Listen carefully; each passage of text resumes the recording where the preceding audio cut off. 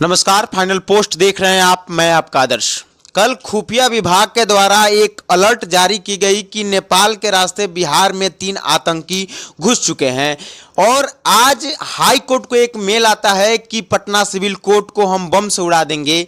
क्या है पूरा मामला, आइए हम जानते हैं अपने editor in chief Dnyaneshwar Gautam sir के साथ। स्वागत है सर आपका। धन्यवाद आदर्श। सर, सिविल कोर्ट को उड़ाने का क्या मामला है जो मेल आया है सर? नहीं, अभी जो आपने बातें कही, अभी जो उसका इन्फॉर्मेशन आया है वो 3 आतंकवादी के घुसने की जो घोषणा हुई प्रशासन के द्वारा, पुलिस प्रशासन के द्वारा, उन तीनों के बारे में बता दूं आपको, अपने दर्शकों को, कि एक का नाम हसनैन अली है जो कि रावलपिंडी का रहने वाला है, पाकिस्तान का। एक है आदिल हुसैन, उमरकोट के रहने वाले हैं, पाकिस्तान के। और एक है मोहम्मद उस्मान, बहावलपुर का रहने वाला है, पाकिस्तान का। ये 3 आतंकवादियों के घुसने की कल पुष्टि की बिहार सरकार ने भी उसकी पुष्टि की, स्थानीय एसपी ने भी इसकी पुष्टि की और एक सूचना प्रसारित की गई कि ऐसे 3 आतंकवादी घुस गए हैं। उनको पकड़ने के लिए जो तैयारियां होती हैं वो तैयारियां की जा रही हैं। जानकारी देने पर 50,000 रुपया इनाम भी रखा। 50,000 रुपये का इनाम भी रखा। अभी करीब 2 घंटे पहले हाई कोर्ट को एक मेल गया जी, और मेल हम अपने दर्शकों को मेल दिखा रहे हैं कि मेल गया, जिस मेल में ये धमकी दी गई कि बिहार में जो लेबर्स हैं वो चेन्नई में उनके जाने से वहाँ का जनसंख्या का संतुलन बिगड़ गया है। इसलिए बिहार की सरकार जो है वो लेबर्स को भेजना बंद करे, अन्यथा प्लान्ड वे में आईएसआई के द्वारा पटना का जो सिविल कोर्ट है उस सिविल कोर्ट को उड़ा दिया जाएगा। फॉर प्रिकॉशनरी मेजर्स डिस्ट्रिक्ट जज ने भी एक आदेश जारी किया और आदेश जारी करते हुए पटना सिविल कोर्ट को पूरे तरीके से खाली करा दिया गया। डॉग स्क्वाड की टीम वहाँ घूमी है, चप्पे चप्पे पे कहाँ बम लगा है उसकी निशानदेही उसको खोजा जा रहा है।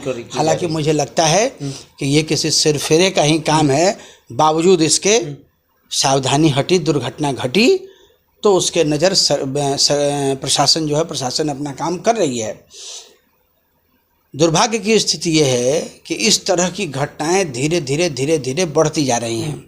आप ध्यान में रखते होइएगा कि हर साल कम से कम 15 से 20 इस तरह की घटनाएं सामने आ जाती हैं। आरोपी पकड़े भी जाते हैं और मुझे लगता है कि आरोपी के पकड़े जाने के बाद, चूँकि हमारे संविधान में इस तरह की कोई सख्त सज़ा का प्रावधान उनके लिए नहीं है, तो इस तरह का मस्खरापन होता रहता है। हम जानते हैं कि जिस मेल से मेल आया है वो मेल ट्रेस कर लिया जाएगा, पता भी चल जाएगा और पता चलने के बाद उस आदमी को पकड़ भी लिया जाएगा। लेकिन इस एक मेल ने थोड़े देर के लिए पूरे प्रशासन को सकते में डाल दिया। जो कोर्ट की कार्रवाई थी वो कोर्ट की कार्रवाई बाधित हो गई, है ना। हाई कोर्ट भी सकते में, लोअर कोर्ट भी सकते में, धीरे धीरे पूरे लोअर कोर्ट को खाली करा दिया गया।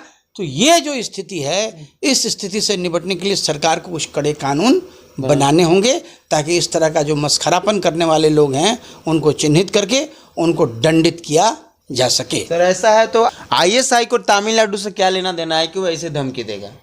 देखिए, एक बात आपको बता दें कि ये जो मेल आया था उस मेल में ये लिखा गया था कि आईएसआई के सहयोग से, है ना, जज के चैम्बर के सामने 4 RDX प्लांट किए गए हैं, कर दिए गए हैं, है ना।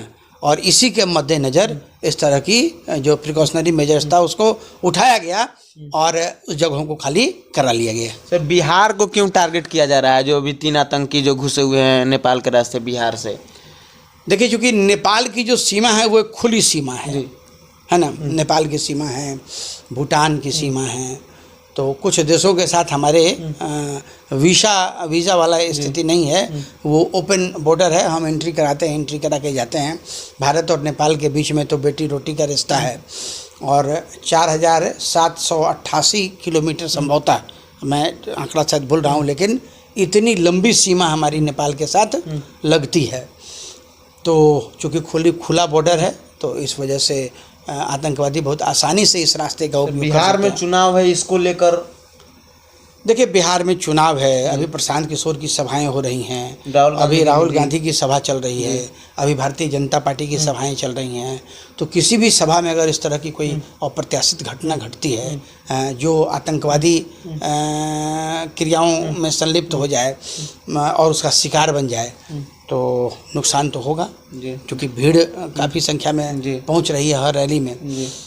तो हमको मुझे लगता है कि यही एक वजह है जिसको कि टारगेट आतंकवादी कर रहे हैं। चलिए, बहुत बहुत धन्यवाद सर आपका। जैसा कि आप देख रहे थे कि जो पटना हाई कोर्ट को एक मेल गया था कि सिविल कोर्ट को उड़ा दिया जाएगा, उसका क्या मामला है आपने देखा और जाना। आपकी क्या राय है कमेंट बॉक्स में बताइए। देखते रहिए फाइनल पोस्ट। बहुत बहुत धन्यवाद।